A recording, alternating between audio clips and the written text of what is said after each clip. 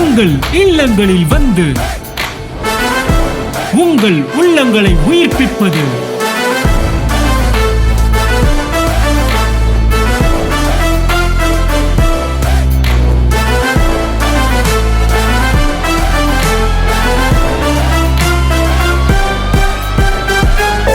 உங்கள் channel DJ. இந்த உலகம், உலகத்தின் நீதி, நான் கோர்ட்டை பேசிக்கிட்டு இருக்கிறேன், ஜட்ஜ்மெண்ட்டை பேசுகிறேன், ரைட்ஸ் ஜஸ்டிஸ் பேசிக்கிட்டு இருக்கிறேன். அந்த நீதியே என்ன சொல்லுதுன்னா, வித்தா இருந்தாலே போதும் அவனுக்கு ஆசீர்வாதத்தை அனுபவிப்பதற்கு சகலவித ஆசீர்வாதம் இருக்கு.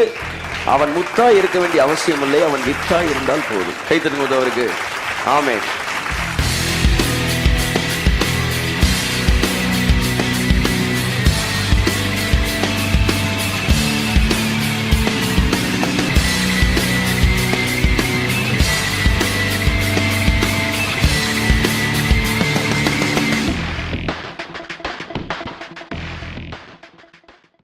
இயேசு கிறிஸ்து நாமத்தினாலே கர்த்தருடைய வார்த்தை உங்கள் பகிர்ந்து கொள்ள மிக்க சந்தோஷம் அடைகிறேன். தொடர்ந்து நாம் வித்து என்கிற தலைப்பிலே நாம் தேவனுடைய வார்த்தையை தியானித்து கொண்டு வருகிறோம். அதற்கான ஆதார வசனத்தை நாம் எடுத்து வாசித்து கடன் சொல்லும் 1 யோவான் 5ஆம் அதிகாரம்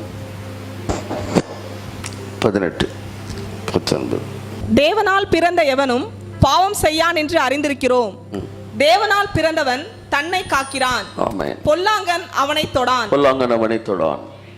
அதே வசனம் 3ஆம் அதிகாரம் 9ஆம் வசனத்தில் இன்னும் தெளிவாக இருக்கிறது. வாசிப்போம். தேவனால் பிறந்த எவனும் பாவம் செய்யான், ஏனெனில் அவருடைய வித்து அவனுக்குள் தரித்திருக்கிறது. கரங்களை தட்டி கர்த்தருக்கு நன்றி சொல்லுவோம். Praise God. எல்லாரும் உற்சாகமாய் கரங்களை தட்டுவோம். ஆமென்.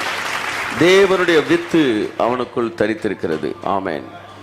என் அன்புக்குரியவர்களே, தேவனுடைய வித்து என்கிற தலைப்பிலே நாம் தொடர்ந்து தேவனுடைய வார்த்தையை தியானித்து கொண்டு வருவோம். We all are the seeds of the heavenly Father. நாம் தேவனுடைய வித்தாய் இருக்கிறோம்.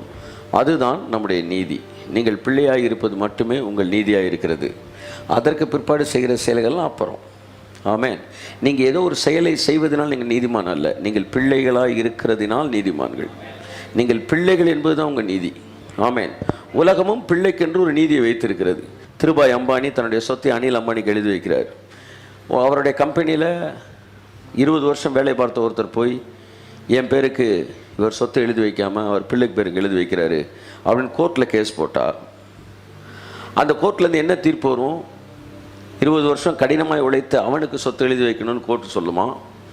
இல்லைப்பா, அது பிள்ளைப்பா, அவன் வேலையாக பார்க்கறனா கூட அவனுக்கு தான் சொத்து எழுதி வைக்கணும்னு சொல்லுமா கோர்ட்? எது சொல்லும்? சொல்லுங்கள். பிள்ளைக்கு எழுது. ஆனால் நீங்கள் மாம்ச பார்வையில் பார்த்தா அது நீதியான்னு கேட்குறேன். மாம்ச பார்வையில் பார்த்தாலே அதுதான் நீதி. அப்போ வேலை செய்கிறான் வேலை செய்யவில்லை என்பது விஷயம் அல்ல, அவன் வித்தா இல்லையா என்பதுதான் விஷயம். இந்த உலகம், உலகத்தின் நீதி, நான் கோர்ட்டை பேசிக்கிட்டு இருக்கிறேன், ஜட்ஜ்மெண்ட்டை பேசுகிறேன், ரைட்ஸ் ஜஸ்டிஸ் பேசிக்கிட்டு இருக்கிறேன். அந்த நீதியே என்ன சொல்லுதுன்னா, வித்தா இருந்தாலே போதும் அவனுக்கு ஆசீர்வாதத்தை அனுபவிப்பதற்கு சகலவித ஆசீர்வாதம் இருக்கு. அவன் முத்தா இருக்க வேண்டிய அவசியம் இல்லை, அவன் வித்தா இருந்தால் போதும். கை தட்டுங்க அவருக்கு. ஆமென். நீங்கள் முத்தா இருப்பது முக்கியம் அல்ல, வித்தா இருப்பது முக்கியம். கடந்த கால பெந்தேகோஸ்தே நமக்கு சொல்லிக் கொடுத்தது முத்தா இருப்பது எப்படி என்று. நீங்கள் எவ்வளவு முத்தா இருந்தாலும் அதனால் அவருடைய வித்தாய் நீங்கள் மாற முடியாது. வித்தா இருக்கிற ஒருவன் முத்தாய் மாறுவதற்கான வாய்ப்புகள் அதிகம் உண்டு. ஆனால் முத்தாய் இருப்பதான் வித்தாக மாறிவிட முடியாது. அனிலம் திருபாய் அம்மானுடைய பையன் வேலை பார்க்கலாம், தப்பு இல்லை, பார்க்கலாம், பார்க்காமல இருக்கலாம். ஆனால் வேலை பார்க்குற ஒருத்தையும் என்ன பண்ண முடியாது? பிள்ளையாக மாறிட முடியாது. பிள்ளையாக இருக்கிறேன், வேலை பார்க்கலாம். அத்தனை சொல்ல வருகிறேன். என் அன்புக்குரியவர்களே, நாம் வித்தாய் இருக்கிறோம். அந்த வித்து என்பதின் அடிப்படையில் தான் சகலம் செய்யப்பட்டு கொண்டிருக்கிறது. பரலோகத்தில் இருக்கிறவருக்கு தேவன் என்று பெயர் அல்ல, பரலோகத்தில் இருக்கிறவருக்கு பிதா என்றுதான் பெயர். கை தட்டுங்க. அப்படின்னா எல்லாமே எதன் அடிப்படையில் இயங்கிக்கிட்டு இருக்குன்னா, பிதான்ற அடிப்படையில் இயங்கிக்கிட்டு இருக்கு. அதான் பேச போறேன் நான். பரலோகத்தில் இருக்கிறவருக்கு பேர் என்ன? பிதா. அப்படின்னா ஒரு பிதா அப்படின்னா அவர்கிட்ட நியாயம் இல்லையானா, பிதாவுக்கு என்ன நியாயம் இருக்கோ அந்த நியாயம் அவர்கிட்ட இருக்கு. கையை தட்டு. ஆமென். ஆமென். நீ சொல்ற நியாயம் அவருக்கு தேவையில்லை, அது ஓ நீதி. இப்ப பண்ணிக்கிட்டு இருக்க தேவ நீதி. மனித நீதியை கொண்டு போய் தேவ நீதிட்ட பேசக்கூடாது. என்ன சார் நீங்க வந்து இப்படி இருக்கீங்க? உண்மையிலே தேவன் தேவனாய் இருந்தார் என்றால் மனிதன் பாவம் செய்த போது எந்த விதமான உதவியும் அவனுக்கு செய்திருக்க கூடாது.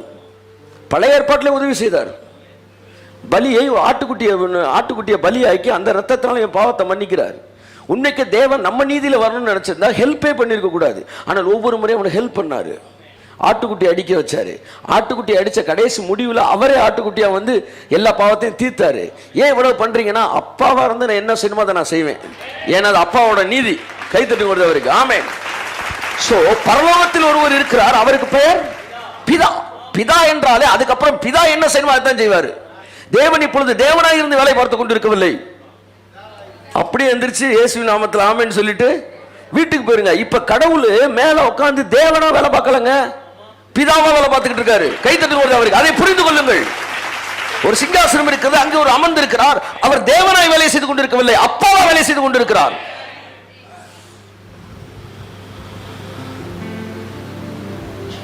பத்து பேர் தப்பு பண்ணிக்கிட்டு இருக்கும்போது அதுல ஒரு பையன் உங்க பையன் இருந்தான்னா அவனை நீங்க காப்பாத்துறீங்கன்னா, நீங்க நீதின்னு பார்த்தா அதை பார்க்க முடியாது. அப்பான்னு பார்த்தா அதுதான் நீதியே.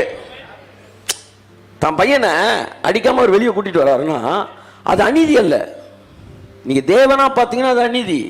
அப்பாவை பார்த்தீங்கன்னா அவர் காப்பாத்தினா தான் அநீதி. காப்பாத்த விட்டால் தான் அநீதி. காப்பாத்தினா அது கையை தட்டுங்க ஆமென்.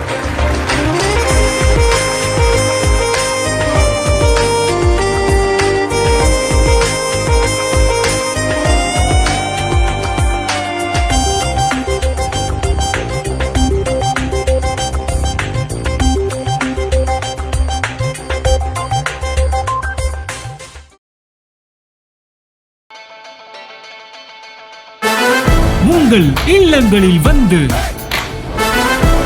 உங்கள் உள்ளங்களை உயிர்ப்பிப்பது